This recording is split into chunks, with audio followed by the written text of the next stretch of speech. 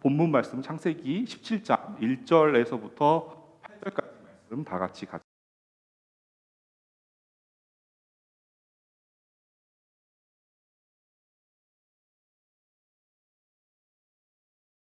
우리 기도하겠습니다. 하나님 감사합니다. 저희들이 하나님 앞에 또 하나님의 말씀을 또 듣는 시간, 말씀을 대면하는 그런 시간으로 우리들이 섰습니다. 하나님, 이 말씀이 우리들의 마음밭에, 우리들의 영혼 가운데, 우리들의 심령 깊은 곳 가운데 온전하게 심기워지게 하시고 그 마음이 그저 떨어져 사라지는 그런 마음이 되는 것이, 말씀이 되는 것이 아니라 그 말씀이 우리의 땅을 헤집고 우리의 마음을 헤집고 우리의 영혼을 헤집고 일어나 그 속에서 생명이 움트고 살아나고 그것을 통해 번성하는 그러한 귀한 시간이 되게 함께하여 주옵소서. 이 모든 말씀 예수님 이름으로 기도합니다. 아멘. 우리가 지금 창세기의 말씀을 이제 계속해서 1장부터 차근차근 밟아오면서 17장이라는 말씀이 되었는데, 가깝게는 우리가 이제 그 창세기 12장의 아브라함의 이야기로 말씀을 시작을 했어요. 근데 제가 여태까지 온 그런 이야기들을 이렇게 한 장으로 이렇게 만들어 왔는데, 제가 원래는 아주 예쁜 애니메이션으로 만들었는데 컴퓨터가 계속 에러가 나니까 안 되겠어요. 그래서 이렇게 한 장으로 어쩔 수 없이 만들었는데, 자, 여러분들 보시면 사실 이 아브라함이 약속을 받은 건 75세였고 우리들이 알고 있는 것처럼 이삭이 태어나서 약속이 성취된 건 100세였어요. 그리고 우리가 지난주에 본 것처럼 86세가 되던 해에 하가를 통해서 이스마엘이라는 아들이 태어나는 그러한 일이 벌어졌어요. 그런데 오늘의 말씀을 보면, 오늘의 말씀의 시작에 볼 때 뭐라고 이야기를 하느냐 하면, 시작에 이렇게 얘기하죠. 뭐라고 얘기해요? 아브라함의 99세 때에 이렇게 이야기를 해요. 그러면 하나님께서 여기에 보면 아브라함이 86세가 될 때까지는 그래도 하나님이 창세기 12장에 75세 때 언약을 주고 16장에 이스마엘, 지난주에 나눴던 이 이야기가 있는 중간에는 그래도 하나님이 여러 번 나타나셔서 이야기를 하셨어요. 그렇죠? 그래서 중간에 롯이랑 갈라지는 이야기, 애굽에 갔다가 도망 나온 이야기, 롯의 이야기, 그다음에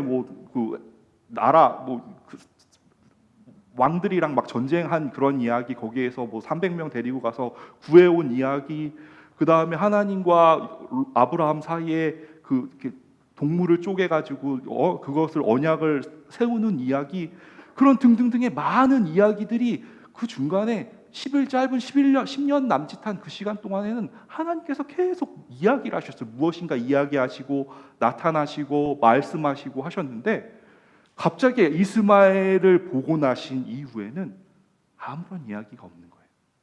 그렇죠? 지금 16장은 여기인데 17장 우리 시작하자마자 99세예요. 몇 년이에요? 13년이에요.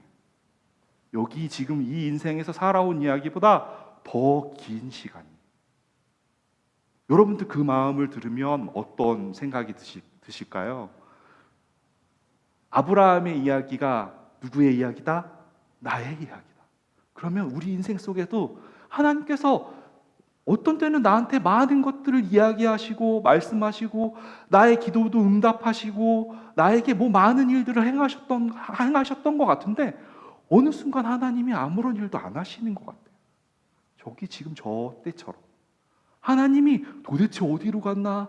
좌를 봐도 없고 우를 봐도 없고 앞을 봐도 없고 뒤를 봐도 없고 여기를 뒤져봐도 없는 그러한 시간들이 보여져요. 그런 시간이 있다라는 사실이요. 그런 시간이 우리들의 인생 속에도 벌어진다라는 이야기.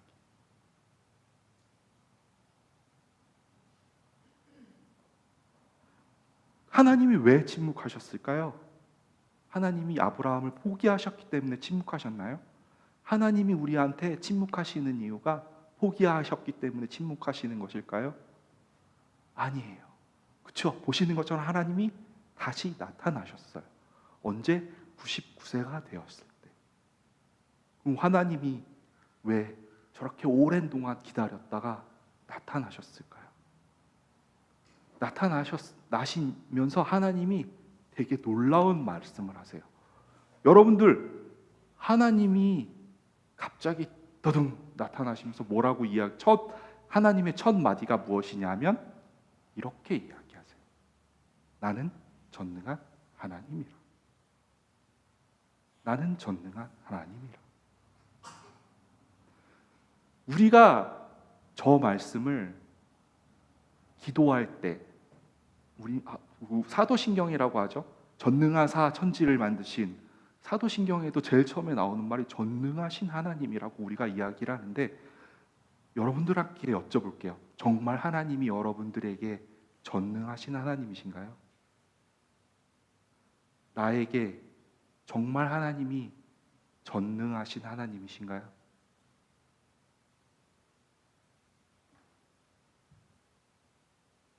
저에게는 아직도 전능하신 하나님이 아니신 것 같아요. 그래서 저의 인생 속에도 아직도 퀘스천이 많고 궁금한 게 많고 해석되어지지 않고 깨달아지지 않고 이해되어지지 않고 우리가 알 수 없는 일들로 가득 차 있어요. 그래서 저의 인생이 아직 남아있나 봐요. 하나님께서 이루고자 하시는 일들을 다 이루시고 그게 완성되었다면 철아야 이제 나의 품으로 가자라고 데려가시겠지요.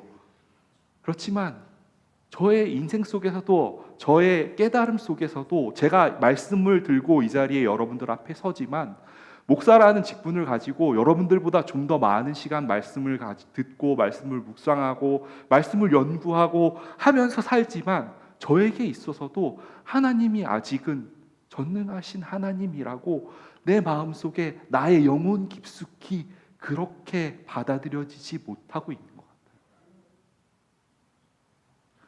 같아요. 바로 아브라함에게 그렇게 나타나셔서 처음으로 본인을 이야기하신 13년 동안 갑자기 두둥 나타나셔서 13년 동안 아브라함이 무슨 생각을 했을까요? 뭐야, 하나님 나한테 아들을 준다며 후사를 준다며 나한테 언약을 하셨잖아. 나하고 언약을 하고 동물을 가르고 언약을 지키지 않으면 그 동물들처럼 쪼개진다고 하고 나하고 언약을 했잖아. 그런데 어디 가셨어? 도대체 무슨 일이야? 왜 안 나타나시는 거야? 그동안은 그래도 가끔 한 번씩이라도 나의 인생 속에 나타나시고 이야기하시고 말씀하시고 하셨는데 도대체 하나님 13년 동안 어디 가신 거야? 라고 이야기하시고 그런 마음이 들지 않았을까요? 아브라함 속에? 그랬을 거예요. 왜요? 우리들도 그러니까요. 우리들의 인생 속에서 우리들이 가지고 있는 문제와 상황과 환경과 이런 속에서 하나님이 아무것도 안 하시는 것을 본다면 우리들은 그렇게 얘기해요. 하나님 도대체 뭘 하고 계시느냐? 하나님 도대체 어디 계시느냐라고 이야기해요. 하나님은 근데 그 순간에 나타나셔서 이렇게 이야기하시는 거예요. 나는 전능한 하나님이다. 나는 전능한 하나님. 하나님은 어찌 보면 이 상황을 기다리셨는지도 모르겠어요. 도저히 인간의 힘으로는 나이가 들잖아요. 75세도 이미 75세도 아이를 낳기가 말도 안 되는 나이인데 86세에 겨우겨우 어떻게 해가지고 아이를 낳은 이스마엘이라는 아이를 주신 것만으로도 그것도 기적과 같은 일인데 13년이 지나서 99세가 되도록 나의 이 허리는 구부정해지고 근육은 다 빠지고 몸에 기력이 없는 이 상황에서 도대체 하나님은 무엇을 하시냐라는 그 사이에 이제 더 이상 나의 힘으로 인간의 힘으로는 무엇인가 아무것도 할 수 없구나. 이제는 나에게 비전이 없구나 라고 하신 그 순간에 하나님께서 나타나세요. 하나님께서 말씀하세요. 나는 전능하신 하나님이다. 여러분들에게도 하나님이 그런 정말 전능하신 하나님이시면 그런 하나님으로 우리가 하나님을 그렇게 진정한 전능하신 하나님, 정말로 전능하신 하나님으로 저와 여러분이 그런 하나님을 그렇게 받아들일 수 있으면 하는 마음, 그러시면서 하나님께서 특이하게 세 가지 말씀을 하세요.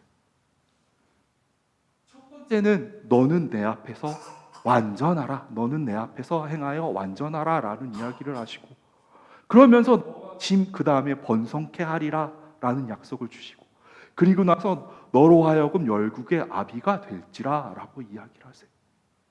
자, 여러분들 여기 보세요. 하나님이 저 이야기를 하면서 아브라함이 한 것이 있나요? 아브라함이 무엇을 했으므로, 무엇을 하여서 너에게 번성케 하겠다, 너에게 열국의 아비가 되게 해주겠다라고 이야기하는 것이 아니, 마치 하나님께서 우리들에게 명령하시는 것처럼, 야, 너희는 하나님 앞에서, 내 앞에서 행해서 완전하라라고 이야기를 하는데, 여러분 여쭤볼게요. 우리가 하나님 앞에서 행하여서 완전할 수 있어요? 완전할 수 있어요? 우리가 이런 말씀 들어보신 적 있죠? 하나님 앞에서. 저 말을 하면 무슨 말씀인지 아세요? 아시는 분 계세요? 이런 말씀이에요. 저 말씀은 많이 들어보셨죠, 그렇죠? 호람데오라는 그런 말씀을 듣는데, 저게 사실은 종교개혁을 하면서 종교개혁자들이 하던 말씀이에요. 우리들이 하나님 앞에서 하는 것처럼, 하나님이 보고 계시는 것처럼, 우리가 그렇게 하나님 앞에서 그렇게 행하는 것처럼 그렇게 행해야 한다라는 그러한 기치를 걸고 하는 말씀인데, 그런 말씀인데, 그래서 마치 야, 너희들이 이제 하나님의 자녀니까 하나님의 자녀처럼, 그리스도의 자녀이니까 그리스도의 자녀처럼 살아라, 그렇게 행해라. 그래서 하나님의 말씀을 지키고, 하나님의 말씀 언약을 율법을 지키고 하나님의 말씀 앞에서 완전하게 살아라라고, 그렇게 그러한 기치를 가지고 이야기하는 그런 말씀이었는데, 저 코람데오란 말씀이 그런 종교개혁의 아주 기본이 베이스가 되는 그런 말씀이었는데, 하나님 앞에서 우리는 완전할 수 없어요. 하나님 앞에서 우리는 완전할 수 없어요. 하나님이 보시는 것처럼 살 수는 있어요. 우리가 하나님이 나의 인생을 지켜보시는 것처럼 도덕적으로, 신앙적으로 좀 더 높은 자리에 있는 사람들은 그렇게 할 수 있을 거라고 믿어요. 그렇게 할 수 있을 거라고 본인이 생각해요. 마치 동산 중앙에 있는 실과는 먹지 마라, 그 실과를 먹는 날에는 정령 죽으리라 라고 이야기했을 때, 저 실과는 내가 먹지 않으면 되는 거 아니야. 내가 이 율법을 지키고만 있으면, 내가 이 율법을 지키는 한은 나는 완전하고, 나는 율법을 지키는 한 죄인이 아니잖아. 그러니까 나는 괜찮은 거 아니야 라고 생각할 수 있다라는 사실. 그런데 정말 그런가요? 그 이야기를 깨트리기 위해서 예수님께서 말씀하셨잖아요. 뭐라고 말씀하셨어요? 산상수훈에서 내 마음속에, 내 마음속에 생각으로 한 것만으로도 너는 죄인이다 라고 이야기해요. 이웃을 미워하는 그런 마음을 가진 그것만으로도 살인한 것이다. 이웃의 여인을 보고 그에게 간음의 마음을 품은 그것으로 너는 간음한 것이다 라고 이야기를 하고 있거든. 그렇기에 하나님 앞에서 우리가 율법을 지키는 척하고 하나님의 말씀을 따르는 척하고 하나님 앞에 완전한 척 할 수 있을지언정, 그 예수님의 기준, 산상수훈의 기준으로 그 우리의 잣대를 대놓고 본다면, 이 세상의 어느 누구도, 이 자리에 서 있는 목사도, 우리들이 너무너무 존경하고 사랑했던 최동선 전사님도 그 잣대 앞에서 자유로운 사람은 아무도 없어요.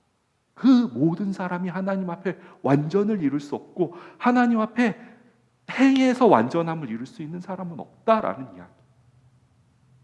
그런데 하나님께서 도대체 왜 이런 이야기를 하시는가? 도대체 무엇을 하시기 위해서 아브라함에게 대뜸 나타나서 나는 전능하신 하나님이다, 너가 내 앞에서 행하여 완전하라라고 이야기를 하실까요? 도대체 하나님이 왜 무엇을 하시기 위해서 그 이야기가 바로 하나님께서 하시겠다라는 이야기. 우리가 15장에 창세기 15장에 보면 언약을 세우는 그런 이야기가 났어요. 3년 된 암소와 수양과 비둘기와 얘네들을 가지고 와서 이렇게 반으로 쫙 쪼개서 이렇게 제사를 지냈는데 하나님이 혼자 지나가셨잖아요. 그게 무슨 의미라고 이야기했나요? 그 언약에 대해서 이 언약을 성취하실 분은 하나님이시다라고 이야기하셨다라는 거잖아요. 나에게 아무런 책임이 없다라고 이야기하셨어요. 그러면 하나님께서 저런 말씀, 저런 명령을 주신 이유가 무엇이냐 하면 저 일을 하나님께서 이루시겠다라는 이야기. 우리들에게 요구되는 건 단 하나예요. 무엇이냐면 하나님 앞에서. 우리들은 하나님 앞에 있기만 하면 되는 거예요. 우리는 하나님 앞으로 하나님을 향해서 그냥 하나님 앞에서 있기만 하면 하나님께서 그렇게 해주시겠다라는 약속인 거예요. 우리들에게 많은 것을 요구하지 않으세요. 바로 저 코람데오라는 말씀은 하나님 앞에서 있는 것처럼 하나님이 지켜보시는 것처럼 그렇게 너희들이 율법을 행하고 하나님의 법을 지키고 선을 이루라 라고 얘기하시는 말씀이 아니라 그저 하나님 앞에 있으라. 하나님을 향해 그저 걸어가기만 하라라는 말씀. 그러면 하나님께서 약속을 성취하시겠다라고 너희들과 약속했고 너희들과 언약을 세웠던 그 하나님께서 그 약속을 성취하시겠다라는 약속의 말씀인 거예요.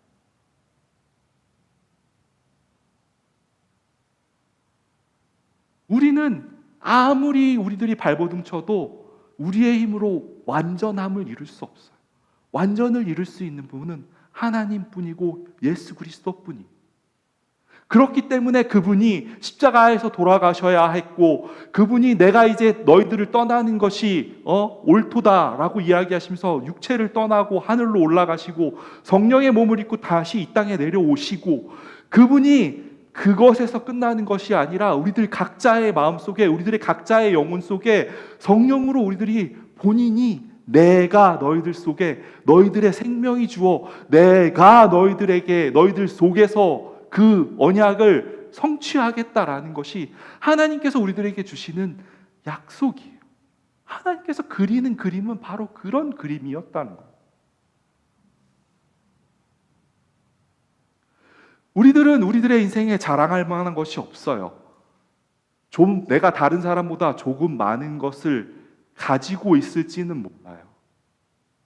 내가 다른 사람보다 좀 더 신앙이 좋다고 느껴질지는 몰라요. 내가 다른 사람보다 좀 더 하나님의 율법을 조금은 더 잘 지키는 것처럼 보일지도 몰라요. 그러나 하나님의 그 완전하심 앞에 하나님의 그 완벽하신 선하심과 완전하심과 질서 정연하심과 하나님의 경륜과 하나님의 충만하심 앞에 우리들이 가지고 있는 그 어떤 것으로도 우리들이 가지고 있는 그 어떠한 것으로도 하나님 앞에 내놓을 수 있는 사람이 아니에요. 우리는 그저 하나님 앞에 하나님의 은혜를 구해야 되는 사람일 뿐이고 하나님의 임재를 구해야 할 뿐이고 우리들의 그 어둠의 모습, 혼돈의 모습, 공허의 모습 우리들이 하나님을 더 알고 하나님을 더욱더 묵상하면 우리들의 어둠을 보게 돼요. 우리들의 공허함을 보게 되고 우리들의 아무것도 없음을 보게 되고 우리들의 무질서함을 보게 돼요. 그것이 잘못된 것이 아니에요. 우리들이 어둠이구나, 내가 아무것도 할 수 없구나, 내가 정말 답답한 사람이로구나, 내가 죄인이로구나 라는 것을 깨닫는 것이 잘못된 것이 아니야. 잘못된 것이 아니고 자연스러운 것이라는 거예요. 왜 그러냐 하면 우리가 그런 사람이니까요. 우리가 그런 사람이니까. 그런데 하나님께서 그렇게 이야기하세요. 그곳이 내가 임할 곳이다.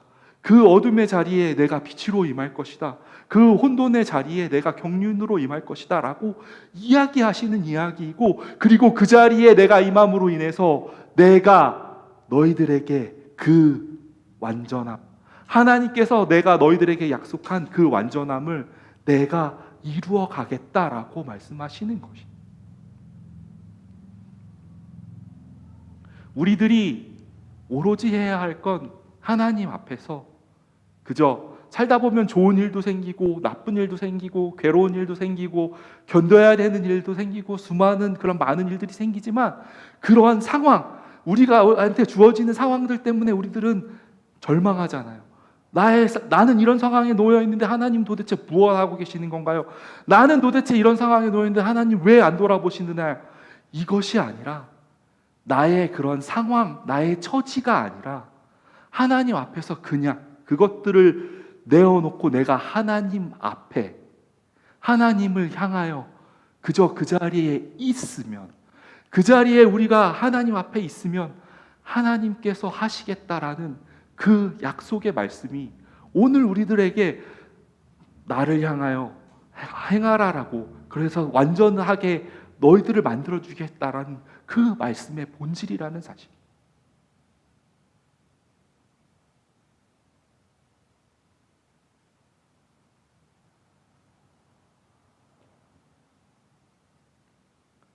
그러면서 하나님께서 제일 처음에 하시는 일을 딱 버리시는 일이 5절에 보면 이렇게 이야기해요. 다 같이 읽어볼까요? 시작. 이제후로는 내 이름을 아브라함이라 하지 아니하고 아브라함이라 하리니 이는 내가 너로 열국의 아비가 되게 함이니라.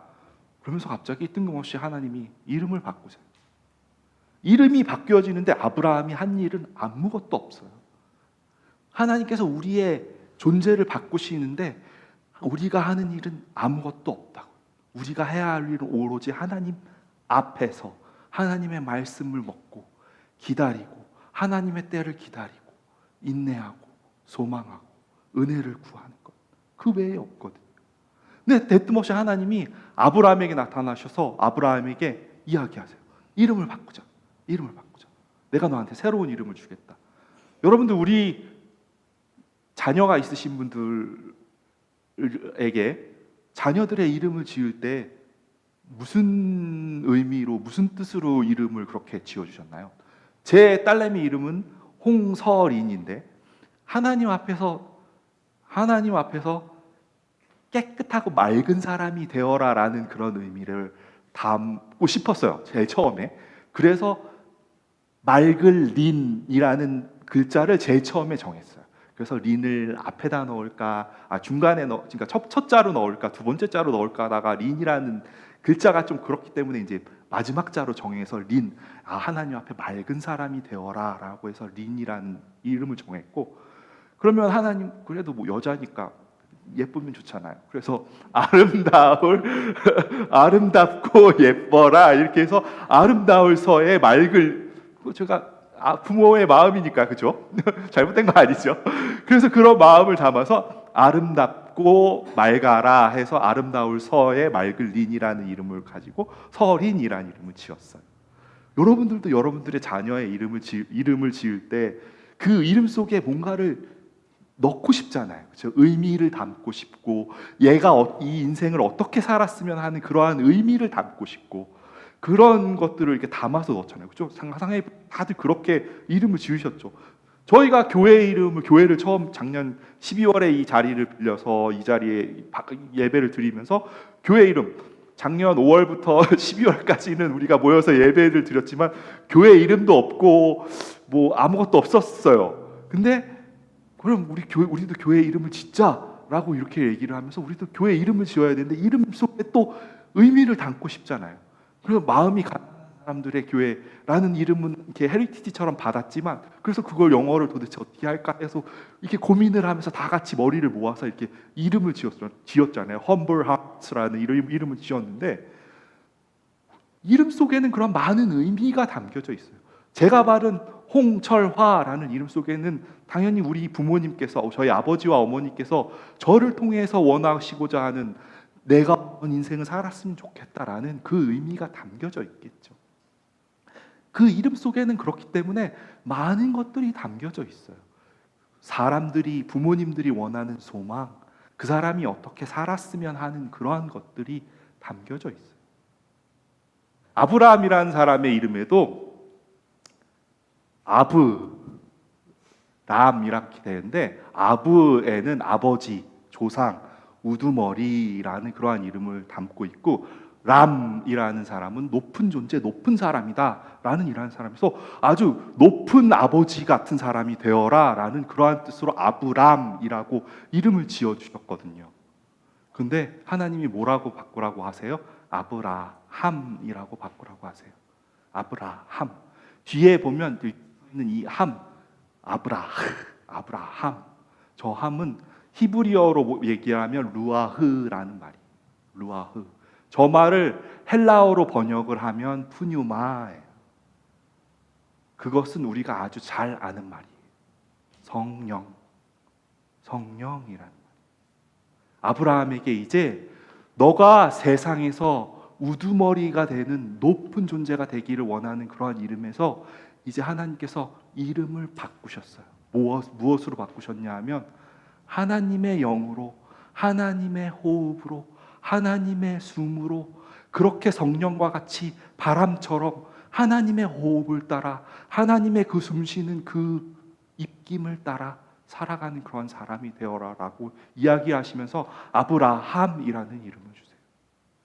하나님께서 무엇을 하기를 원하시는 거예요? 이제 새로운 존재로 만드시기를 원하시는 거예요. 존재가 바뀌시기를 원하시는 거예요.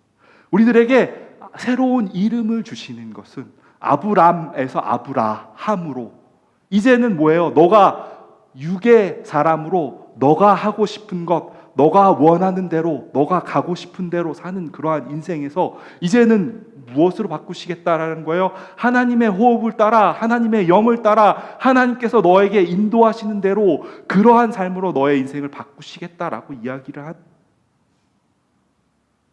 저게 되지 않으면 그 앞에 얘기했던 약속이 성취될 수 없으니까요. 하나님 앞에 완전할 수 없고 번성할 수 없고 열국의 아비가 될 수 없어요. 그것이 될 수 있는 방법이 뭐예요? 이제 존재가 바뀌어야 하는 거예요. 하나님의 사람으로 하나님의 숨을 따라, 하나님의 영을 따라, 하나님의 호흡을 따라 살아가는 사람으로 바뀌지 않으면, 하나님께서 그 일을 성취하지 않으시면 할 수 없기 때문이에요. 그렇기 때문에 새로운 이름을 주시고, 그래서 성경에 보면 이름이 바뀌는 이야기들이 계속 나오죠. 뒤 이어서 나올 야곱의 이름이 이스라엘로 바뀌는 이야기, 시몬 어떤 사람이 뭘로 바뀌어요? 베드로로 바뀌죠. 이름이 바뀌는 이야기, 사울이었던 사람이 뭘로 바뀌어요? 바울로 바뀌죠. 그런 이야기, 하나님께서 이제는 너가 너의 인생을 드라이브하는 것이 아니라 내가 너의 인생을 드라이브하겠다. 내가 너를 끌고 다니겠다. 내가 너를 바람과 같이. 그 이야기를 하나님께서 하시고 계신다라는 사실. 하나님의 약속을 성취하기 위해 예수님께서 오셨던 것처럼 하나님의 그 언약을 성취하시기 위해 하나님이 아니면, 예수 그리스도가 아니면 그것을 할 수 없기 때문에, 우리가 바로 전장 16장에서 사람의 말을 듣고 사람의 일로 행하여서 벌어졌던 일이 어떤 일인지 우리들이 보았잖아요. 사람 아내의 사례의 말을 듣고 자기가 이 하나님의 언약을 성취하려고 해보았더니 그런 일들이 벌어졌잖아요. 근데 그것이 아니라 이제 하나님이 성취하시겠다라는 이야기. 시작이 뭐였어요? 야, 나 전능하신 하나님이야. 내가 너한테 이런 언약을 줄게. 그렇지, 그래. 근데 너 안 믿어지지? 사실은 이 17장을 계속 보면, 뒤에 보면 사라가 웃잖아요. 하나님이 너한테 아들을 준대. 말도 안 돼. 이러면서 피식 웃죠, 그렇죠? 그래서 하나님이 그래, 아들을 주리니 그 아들을 이삭이라 하고, 그 이삭의 이름의 의미가 뭐예요? 웃음이었잖아요. 비웃음, 그 웃음이었단 말이에요. 사례가 비웃었기 때문에. 아직도 못 믿었어요. 믿을 수 없어요. 하나님이 어떻게? 근데 하나님의 시작, 우리들의 인생 속에서 우리들도 그러고 있지 않을까요? 정말 여러분들에게 하나님이 전능하신 하나님인가? 우리들에게 약속하신 이 많은 언약, 성경책에 나와 있는 이 많은 이야기들, 우리 인생에서 벌어지는 이야기들, 이것들을 보면 성경에선 이런 일들이 이렇게 해주겠다고 이야기하는데 우리들의 인생에서 벌어지는 일은 하나도 그거하고 상관없는 일, 하나도 말도 안 되는 일, 하나님은 어디 계셔? 라는 일들만 벌어지는 이 상황 속에서 하나님은 말씀하시고 계신다. 나는 전능하신 하나님. 그렇기 때문에 이제 아브라함에게 아브라함답게 살라고 이야기하는 것도 아니에요. 이제 그리스도인이 되었으니 하나님 우리들에게 그리스도인답게 살라고, 하나님이 구원을 받았으니 구원 받은 자처럼 살라고 요구하는 게 아니에요. 그렇게 사는 척은 할 수 있어요. 그렇게 사는 것처럼 보일 수는 있어요. 하나님, 우리가 오로지 해야 할 것, 하나님 앞에 하나님을 향하여 그 자리에 그저 있는 것뿐이에요. 하나님의 은혜를 구하는 것뿐이에요.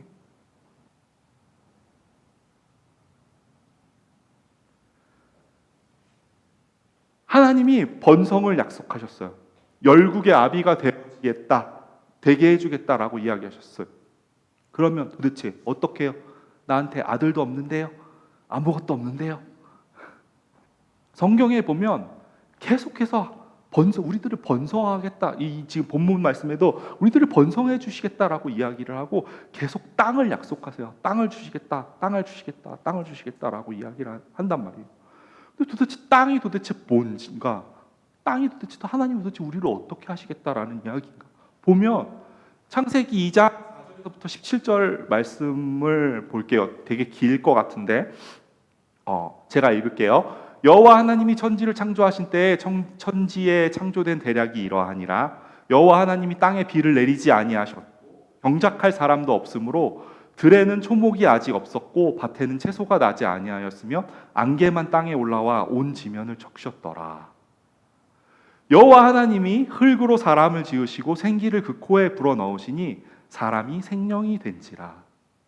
여호와 하나님이 동방의 에덴에 동산을 창조하시고 그 지으신 사람을 거기 두시고 여호와 하나님이 그 땅에 보기에 아름답고 먹기 좋은 나무가 나가게 하시니 동산 가운데는 생명나무와 선악을 알게 하는 나무도 있더라. 강이 에덴에서 발원하여 동산을 적시고 거기서부터 갈라져 내 근원이 되었으니 해서 내 강의 이름이 나오고요. 15절에 보면 여호와 하나님이 그 사람을 이끌어 에덴 동산에 두사 그것을 다스리며 지키게 하시고 여호와 하나님이 그 사람에게 명하여 말하되 동산 각종 나무의 실과는 내가 임의로 먹되 선악을 알게 하는 나무의 실과는 먹지 말라. 내가 정령 먹는 날에는 정령 죽으니라 하시니라. 라는 이야기를 하신 하나님이 성경의 이야기를 보면 창세기의 시작에서부터 계속 모든 이야기가 오늘 본문 나와 있는 아브라함에게도 하는 이야기가 끊임없이 땅에 대한 이야기를 하고 있어요. 땅에 대해서, 흙에 대해서. 어찌 보면 창세기에서부터 마지막 요한계시록의 마지막에 끝날 때까지 어떻게 끝나요? 내가 너희들에게 새 하늘과 새 땅을 주리니라면서 새로운 세계를 약속하시면서 이 요한계시록이 끝나잖아요. 그 성경의 이야기를 보면 계속해서 이야기가 땅에 대한 이야기, 땅에 대한 이야기. 그러면서 사실 에덴 동산에서도 여기에 보면 여기 15절에 나와 있는 이 말씀도 여기 보면 에덴 동산에서 에덴 동산에서 사람들에게 뭐하라고 얘기를 하셨냐면 다스리라. 우리나라는 다스리라라는 말로 되어 있지만 원래 영어와 원어로 보면 경작하다라는 이야기로 하셨거든요. 에덴 동산에서 아담과 하와는 낙원이 이거 신나게 놀고 먹자 이게 아니라 에덴 동산에서 쟤네도 경작을 했다고요. 무엇인가 했다고요. 하나님께서 무엇인가 땅을 갈아엎고 하는 그러한 일들이 있었다라는 이야기예요. 결국엔 우리들의 인생 속에서 계속 그런 이야기. 예수님이 가늠한 여인에게 어디다 쓰세요? 땅에 쓰세요. 그렇죠? 우리들의 이제는 너희들의 마음에다가 이렇게 쓰는 율법을 너희들 이제는 더 이상 돌에다 새기지 않고 너희들의 마음밭에 새기겠다라고 이야기를 하면서 예수님이 흙에다 쓰시잖아요. 그 모든 성경의 모든 이야기들이 결국에는 흙으로 만들고 너희들에게 땅을 양속하고 내가 이 땅이 아니라 내가 지시할 저 땅으로 가라. 내가 너에게 그 땅에서 너희들에게 번성하게 하겠다. 내가 새로운 땅으로 주겠다. 그곳으로 내가 너에게 줄 땅은 그 땅에서 너희들이 번성할 것이다. 너 자손들이 번성할 것이다. 그러면서 땅으로 계속 이 땅에서 저 땅으로 끌고 다니시고, 예수님은 계속 땅에다 쓰시고, 결국엔 땅에 대한 이야기를 계속 하시는데, 그 땅은 누구를 이야기하는 거예요? 그 땅은 우리들을 이야기하는 거예요. 하나님이 우리들을 만드시고 우리들의 영혼, 우리들의 이 마음, 우리들의 마음 땅을 하나님께서 만드신 그곳에서부터 새로운 땅으로 끊임없이 경작해서 우리들의 땅을 갈아엎으시겠다라는 이야기예요. 처음에 땅이 없을 때 어떤 일이 일어났나요? 땅이 없을 때 어때요? 하나님이 땅에 비를 내리지 아니하셨고 경작할 사람들 없으니까 초목도 없고 밭에는 채소가 나지 않았어요. 그렇죠? 하나님이 없을 때, 경작할 사람이 없을 때 그 땅에 내리는 비는 아무런 소용이 없는 비예요. 그래서 그 비는 어떻게 돼버려요? 안개처럼 땅에 올라가 그냥 사라져버리는 그러한 비예요. 우리들의 인생 역시도 하나님께서 오셔서 경작하시고 끊임없이 가고 기경하고, 그 속에서 하나님께서 우리들의 마음 땅을 무엇을 하기를 원하시냐면 밭을 만드시기를 원하시는 거예요. 끊임없이 그 밭에 씨를 주시고 비를 내려주시고, 그래서 결국은 우리로 하여금 그 속에서 생명이 자라나게 하시고, 그 생명이 열매를 맺거들랑 그 열매가 나만 따먹는 열매가 되는 것이 아니라 그 열매가 떨어지고 나눠 먹고, 그 열매는 떨어져서 다른 씨앗을 만들어내고, 그 씨앗은 퍼져서 다른 생명을 만들어내고, 하나님께서 우리들의 인생 속에서 하나님께서 약속하신 아브라함에게 약속하신 번성의 의미는 바로 그런 의미라는 사실이에요. 너의 마음 땅에 내가 가서 너의 땅을 경작해서 기경해서 갈아엎을 것이다. 우리의 땅을 갈아엎는데, 우리의 땅을 기경하는데 우리들은 아프겠죠. 고통스럽겠죠. 땅을 삽으로 갈고리로 뒤집어 엎고 원하지 않는 환경에 노출되고, 내가 하고 싶지 않은 것을 하게 되고, 내가 원하는 소망이 부서지고, 내가 하고 싶은 계획들이 틀어지고, 내가 가지고 있었던 많은 어젠다들이 하나씩 부서지는 그 순간 속에 놓여지지만, 하나님께서 우리들에게 그 땅을 기경해서 내가 너희 마음 밭으로 만들겠다. 그래서 그것을 기경하여 그 속에서 내가 씨앗을 뿌리고, 그곳에 내가 비를, 그리하여서 내가 그 속에서 열매를 맺게 하겠다. 그리하여서 그것을 통해서 너를 통하여서 하나님 앞에 있는 바로 너희를 통하여서 하나님께서 그 번성함을 이루겠다. 너희를 통하여서 그 열국의 아비가 되어주겠다라고 하시는 말씀이 바로 그런 말씀이시라는 사실. 하나님은 우리에게 생명 주신 이유가 그저 우리만 먹고 살아가라는 그러한 의미가 아니에요. 야, 철아야, 이제는 너도 살았지? 이제는 너 말고 다른 사람도 좀 살리자. 철아야, 너도 이제 나의 말씀, 나의 의미를 깨달았지? 이제는 다른 사람도 좀 살리자. 내 이웃을 내 몸과 같이 사랑하라 라는 말씀을 우리의 힘으로는 이룰 수 없어요. 하지만 그 생명이신 그분이 우리들에게 오셔서 그분이 우리들 속에 싹 터서 자라고, 하나님께서 우리는 아플 거예요. 우리는 고통스러울 거예요. 하지만 그 속에서 하나님께서 비를 내리시고 먹이시고 입히시고 하셔서 우리들 속에 자라게 하시고 열매 맺게 하시고, 그 열매가 떨어져서 이웃을 먹이게 하실 거예요. 하나님께서 내 이웃을 내 몸과 같이 사랑하라라고 하신 그 말씀은 바로 그런 말씀.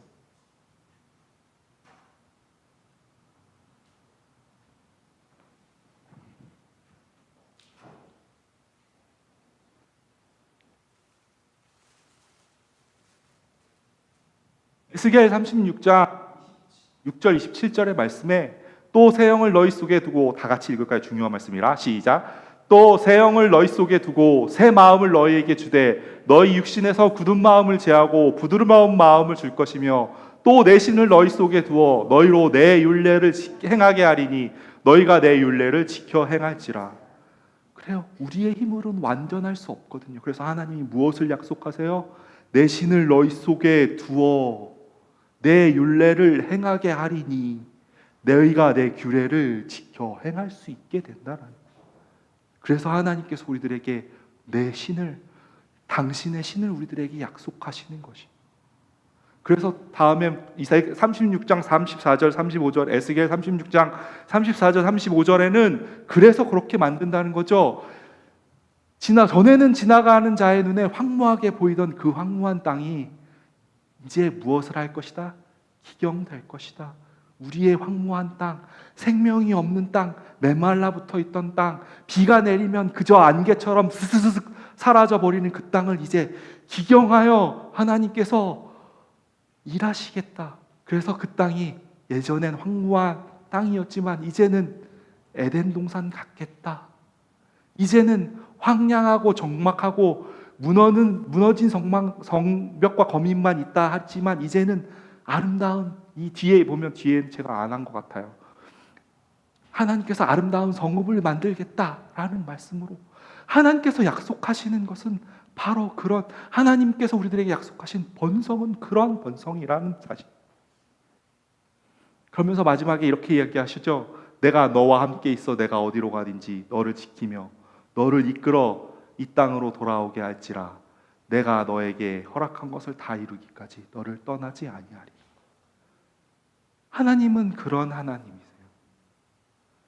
하나님 우리들에게 약속하신 것, 하나님께서 우리들에게 언약하신 것, 그것을 반드시 이루실 것이, 그것이 어떻게 어떤 방법으로 이루어질지는 우리가 알 수는 없지만 하나님은 보이지 않고 아무 일도 없는 것 같지만 하나님께서는 우리들에게 그 일을 약속하셨고 약속하셨기 때문에 그 약속은 이미 성취된 것이고 그 성취된 것을 우리가 보지 못할 뿐, 그것이 우리들의 눈으로, 우리들의 마음으로, 우리들의 손과 발로 보고 듣고 만지는 그날이 오겠죠. 하나님이 약속하셨습니다. 하지만 그날이 오기 전까지 우리들은 하나님께서 주신 그 약속을 믿고 하나님께서 성취하셨음을 보고 믿고 그렇게 살아가는 사람이라는 사실이, 그러한 사람이기에 믿음은 바라는 것들의 실상이요 보지 못하는 것들의 증거다라고 이야기하는 것이. 그렇기에 우리는 믿음, 만져지지 않고 보여지지 않고 깨달아지지 않았지만 하나님께서 약속하셨으니 그 약속하신 그 약속을 믿고 살아가는 사람, 그 사람들이 믿음의 사람이고 그 사람들이 바로 이 자리에 있는 저와 여러분들이고 우리들이고 하나님의 사람들이라는 사실을 기억하시는 저와 여러분들이 되었으면 좋겠습니다. 기도하시겠습니다. 우리의 겉모습은 질그릇이지만 우리의 질그릇이 부서지고 벗겨지고 깨어질 때마다 그 속에 하나님의 놀라운 능력과 영광이 그 안에 임하심을 인하여 우리가 감사와 영광을 돌립니다. 우리의 삶을 살면서 우리들은 많은 것을 소망하고 기대하지만